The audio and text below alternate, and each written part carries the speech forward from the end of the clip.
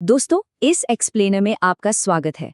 आज हम एक ऐसी ग्रिपिंग और हाई स्टेक्स जासूसी की कहानी पर बात करने वाले हैं जो बिल्कुल किसी थ्रिलर फिल्म जैसी लगती है, लेकिन ये सब पब्लिक रिपोर्ट्स पर आधारित है। बिना किसी पक्षपात के चलिए इस पूरे ऑपरेशन की गहराई में चलते हैं और समझते हैं कि ये सब कैसे हुआ। जरा इस सीन को इमेजिन कीजिए। इस्लामाबाद का शहर, रात के सन्नाटे का वक्त। एक काफी जानी मानी डॉक्टर बहुत तेजी से टॉप सीक्रेट मिलिट्री फाइल्स पढ़ रही है और उनके पति, जो खुद पाकिस्तानी आर्मी में कर्नल हैं, पासी बाथरूम में नहा रहे हैं। सुनकर लगता है ना किसी सस्पेंस नॉवल का हिस्सा, पर रिपोर्ट्स कहती हैं कि ये सच में हुआ था। अब यहाँ एक सबसे बड़ा और बुनियादी सवाल उठता है, आखिर क्यों एक लोकल सिटीजन, एक इतनी सक्सेसफुल डॉक्टर अपना सब कुछ दांव पर लगाकर अपने ही देश की सेना के राज, सरहद पार भारत की रॉ को एक छुपे हुए ट्रांसमीटर से भेज रही थी। भाग 1, आधी रात की जासूस। चलिए इनकी बैकग्राउंड को समझते हैं।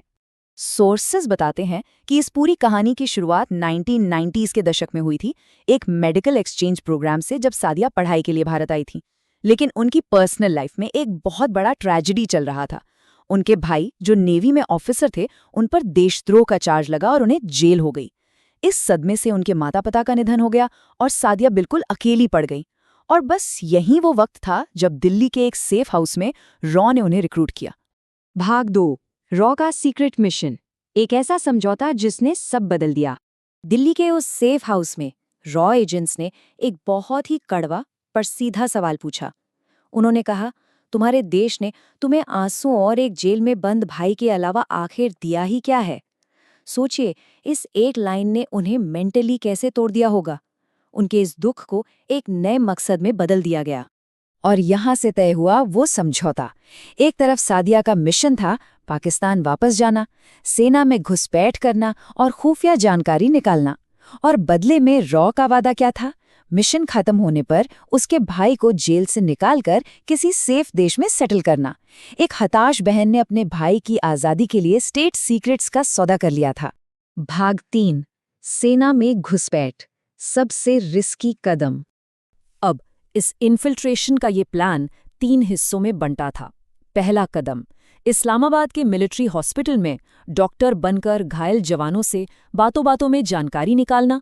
दूसरा और सबसे बड़ा रिस्क, एक घायल कर्नल आदिल का इलाज करते करते उनसे शादी कर लेना। और तीसरा, आर्मी ऑफिसरों की पत्नियों की डिनर पार्टीज में जाकर चुपचाप बिना किसी को शक हुए अहम बातें सुनना। ये कॉन्ट्रास्ट वाकई हैरान करने वाला है। दिन में वो एक रिस्पेक्टेड मिलिट्री डॉक्टर और एक डिवोटेड पत्नी थी, पर रात के 3 बजे, जब उनके पति अक्सर शराब के नशे में सो रहे होते, वो एक इंटेलिजेंस एसेट बन जाती थी, अपने बाथरूम में छुपकर खुफिया कोड्स भेजती हुई। और जानकारी भी कोई छोटी मोटी नहीं थी। बिना कोई सवाल पूछे, सिर्फ चुपचाप सुनकर उन्होंने क्या क्या डिटेल्स भेजी। यूनिट पोस्टिंग्स, सैनिकों की तैनाती, मिसाइल इंस्टॉलेशंस और नेवी के काफिलों की मूवमेंट्स। एक तरह से सेना के लॉजिस्टिक्स का एक बहुत बड़ा हिस्सा उन्होंने कैटलॉग कर लिया था। भाग 4, खतरे की घंटी, जब टेंशन अपने पीक पर पहुंच गई। 2500, 2500, ये सिर्फ एक नंबर नहीं है। जब सादिया के हॉस्पिटल में अचानक 2500 इमरजेंसी बेड्स तैयार करने का ऑर्डर आया, तो एक मेडिकल प्रोफेशनल के लिए इसका एक ही मतलब हो सकता था, एक बहुत बड़े युद्ध की तैयारी हो रही थी। साथ ही साल 1993 में उनके पति आदिल अचानक late night high level meetings में जाने लगे।